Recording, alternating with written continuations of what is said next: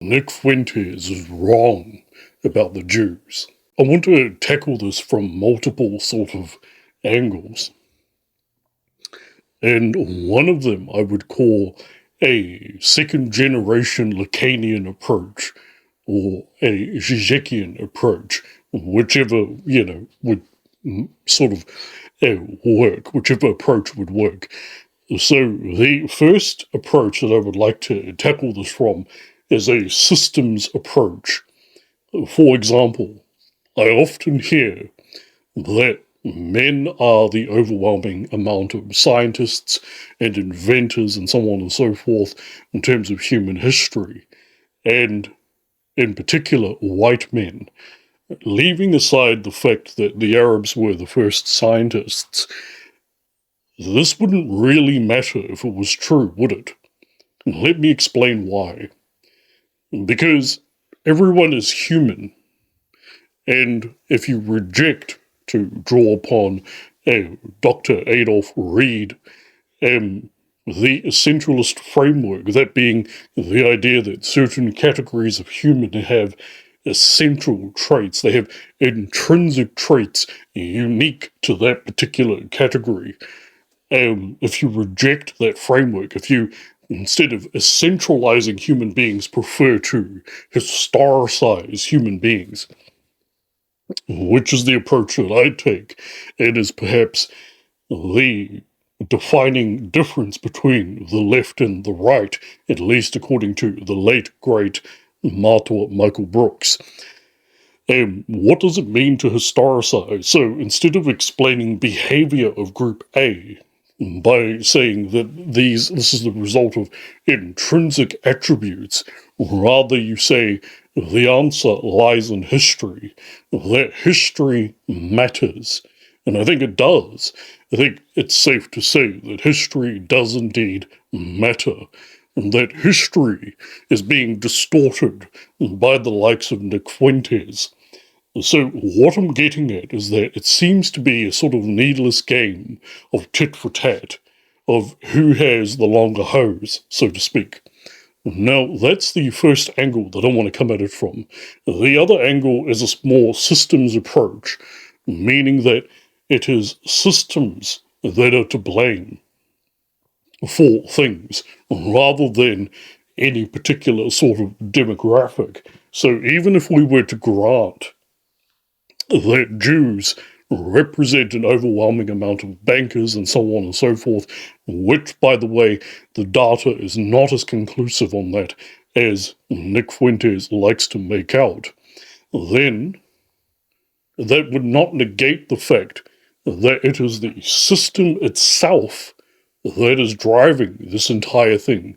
That system, of course, being capitalism. Capitalism, the dominant mode of production, is at the heart of all of this.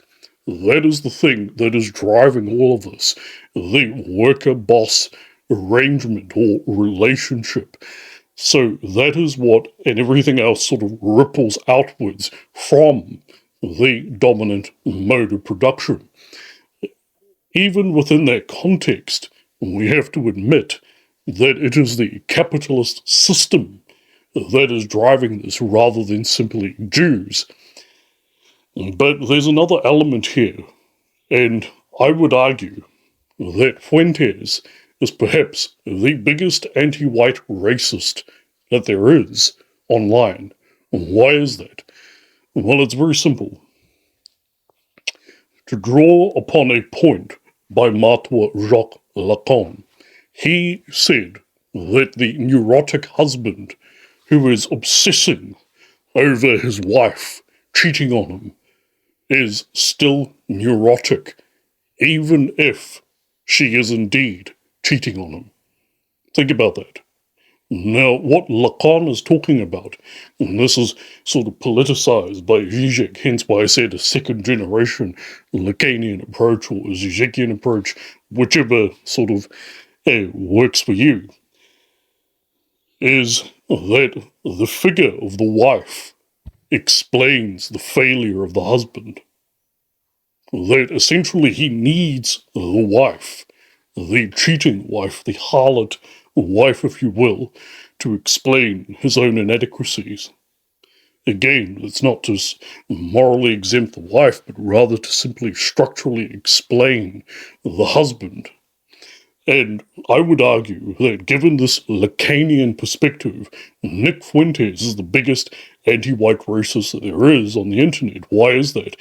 Because he's essentially saying that white people slumbered and lullabied and fornicated, essentially, while the Jews and other groups came in and took over their societies that they had built for themselves. That the master race was caught sleeping and was invaded during the process. So, in other words, the master race does not deserve the title of master race, but I would argue actually deserves the title of Untermensch, underrace. If you think about it, if you accept the premises and conclusions that Nick Fuentes is peddling, then that's the only thing you could possibly come away with. Never mind false consciousness. Never mind how systems work and how people are often complicit in the very systems that screw them over because of short-term gain. No. Never mind all that. Let's instead essentialize and, in effect, pathologize the very group of people that Nick Fuentes claims to be standing up for.